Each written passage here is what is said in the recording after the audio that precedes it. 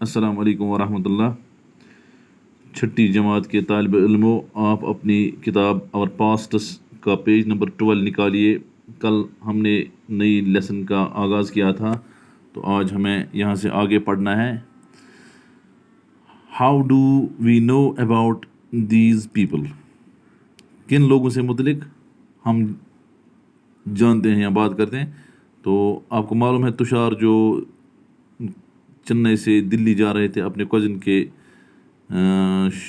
اس marriage ceremony میں شرکت کرنے کے لیے، تو پھر وہاں ٹرین میں سفر کے دوران کچھ بات چلی تھی کہ ٹرین کا آغاز کب ہوا تھا، تو پھر پرانے لوگوں کی بات آئی جو ہنٹر گیدررز تھے، تو اسی سے متعلق اب بات ہے کہ یہ جو آرکیولوجسٹس ہیں یہ کیسے پتہ چلاتے ہیں؟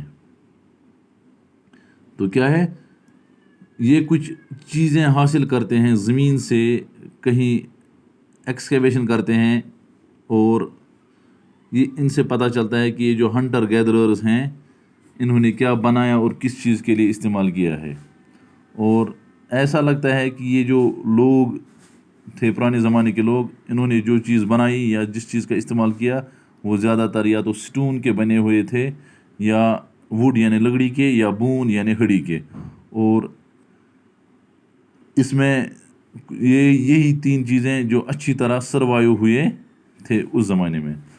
اور ان میں سے چند چیزیں ایسی بھی تھیں جو یہ استعمال کرتے ہوں گے شاید، یا میٹ کو کاٹنے میں، یعنی گوشت یہ جو شکار کرتے تھے ہرنوں کا یا اور کسی جانور کا، تو یہ ہرن جس چیز سے یہ شکار کرتے یا پھر ان کا گوشت کاٹتے، تو اس کے لیے یہ کچھ ہڑیاں یا سٹون بناتے اور پھر انہی ہڑیوں سے ہڑیاں توڑتے، یا انہی پتھروں سے اس کا گوشت یا ہڑیاں توڑتے۔ اور کہیں پر پیڑ پودے جو تھے ان کے بارک، ان کے جو تنے ہوتے ہیں ان کو کھروچا ہوتا ہے، وہ چھیل یا کھال ان کی اتاری ہوتی، یا جو جانوروں کی جو سکن تھی اس کو استعمال کیا ہوگا کہیں پر، اس لیے کہ جو سٹون سے یا بون سے کچھ سورڈ تلوار شلوار بنائی گئی ہو، تو اس کو کور اپ کرنے کے لیے اینیمل کی جو سکن ہے اس کا استعمال کیا ہوگا۔ اور some may have been attached to handles of bones or wood to make spears and arrows for hunting، یعنی کہ ایرو بنانے کے لیے جو شکار کرنے کے لیے استعمال ہوتے، یا یہ تلوار کے جو کور ہوتے ہیں جو جانوروں کی کھال سے بنائے گئے تھے۔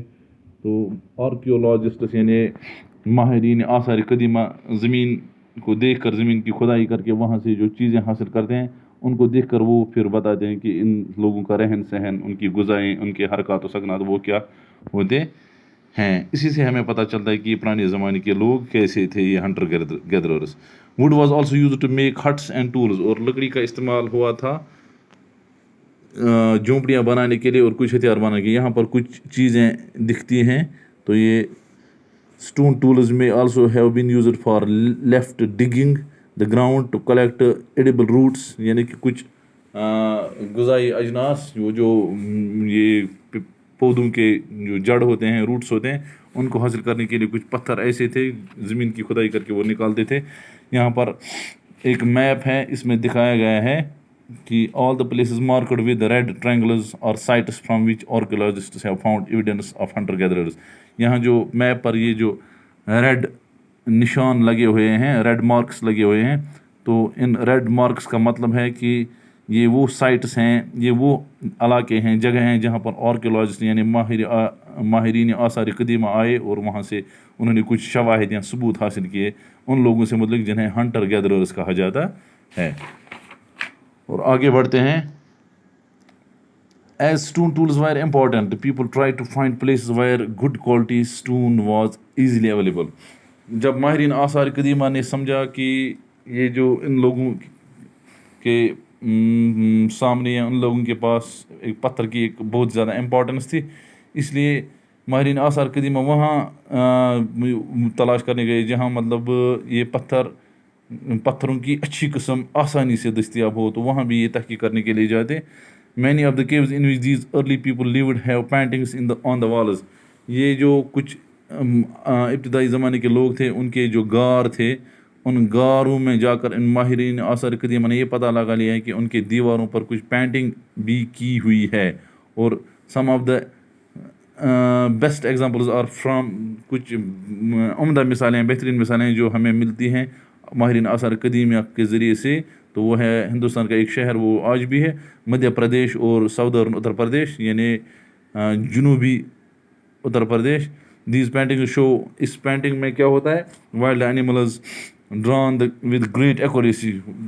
جنگلی جانور، وحشی جانور بنائے گئے ہیں، اور وہ کس طرح بنے ہیں، یعنی کہ زبردست، مطلب حقیقی جانور دکھتے ہیں اور زبردست ہنر کے ساتھ بنائے گئے تھے. آج سے تقریباً 12,000 سال پہلے there were major change in the climate of the world. یعنی کہ اگر ہم دیکھیں تو آج سے 10-12 ہزار سال پہلے دنیا کے موسم میں کچھ بہت بڑی تبدیلیاں رونما ہوئی with a shift to relatively warm conditions. یعنی کہ دنیا میں جو ٹیمپریچر تھا یہ دن بدن بڑھتا گیا. آج اس کا جنرل نیم جو کہا جاتا ہے گلوبل وارمنگ، تو یہ آج سے 12,000 سال پہلے شروع ہوا تھا. In many areas this led to the development of گراس لینڈس. یہ جو ٹیمپریچر بڑھتا رہا تو اس سے کیا ہوا، گراس لینڈس میں اضافہ ہوتا رہا. یعنی کہ آفتاب کی روشنی